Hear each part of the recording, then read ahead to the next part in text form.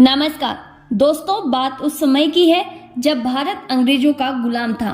उस जमाने में पुरुषों का अपनी पत्नियों को छोड़ देना या फिर तलाक दे देना आम बात थी।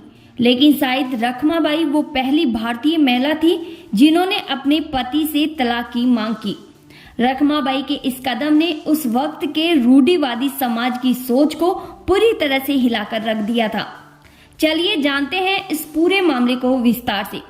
दरअसल जब जयंतीबाई नाम की औरत ने अपने पति को खोया तब उनकी बेटी की उम्र केवल 2 वर्ष की थी।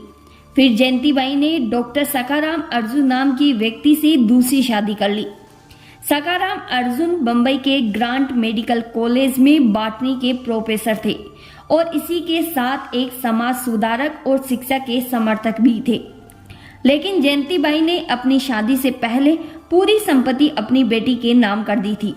जयंतीबाई की बेटी रखमाबाई जब 11 वर्ष की हुई तब उनका विवाह उनके सौतेले पिता के चचेरे भाई दादाजी बीकाजी से करा दिया गया। शादी के दौरान शर्त रखी गई कि रखमाबाई अपनी पढ़ाई पूरी करने के लिए मायके यानी मां के घर पर ही रहेगी। 22 साल की उम्र में रखमाबाई के पति ने अपने साथ रहने और रीति रिवाजों को पूरा करने को कहा, जिसके लिए रखमाबाई ने साफ साफ इनकार कर दिया।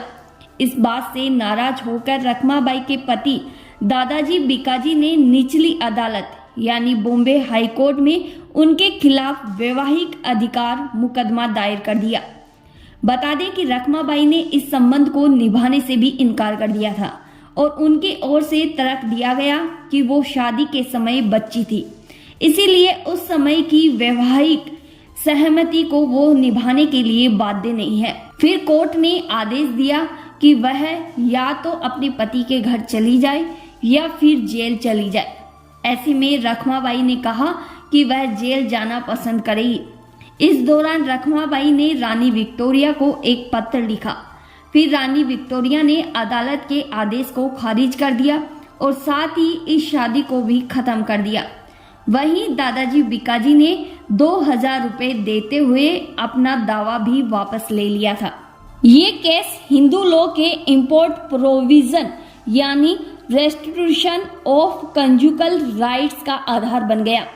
बता दें कि ये वही पहला केस था जिसने भारत में बाल विवाह प्रथा की ओर समाज का ध्यान खींचा था। फिर 1891 में ऐतिहासिक कानून एज ऑफ कंसेंट एक्ट बना था। इस एक्ट के बाद महिलाओं की शादी की उम्र 10 साल से बढ़ाकर 12 साल कर दी गई थी। भले ही आज बहुत बड़ा बदलाव देखने को ना मिला हो समाज में, लेकिन इसी अधिनियम ने पहली बार ये तय किया था कि कम उम्र की लड़की के साथ यौन संबंध बनाने वाले को सजा हो सकती है। बता दें कि कई जगह रखमाबाई की जगह रुकमाबाई भी नाम मिलता है इनका। इसके बाद रखमाबाई 1879 में London school of medicine for women में पढ़ाई करने के लिए चली गई। उन्होंने 1894 में स्नातक की शिक्षा पूरी की। रखमाबाई ही वह पहली महिला है जो भारत की पहली महिला MD और प्रैक्टिस करने वाली डॉक्टर बनी। बता दें कि रखमाबाई को यहाँ तक पहुँचाने में उनके सौतेले पिता सखाराम अर्जुन का बहुत बड़ा हाथ है। बता दें कि भले ही भारत की पहली महिला डॉक्टर होने का गौरव आनंदीबाई जोशी को जाता है, लेकिन भारत की प्रैक्टिस महिला डॉक्टर रखमाबाई रावत ही थी। महिला अधिकारों के लिए जागरूक रही रखमाबाई अपने पेन नेम ए हिंदू लेडी से कई अखबारों में लेख लिखा करती थी। रखमाबाई पढ़ाई पूरी करने के बाद 1894 में भारत लौट आई।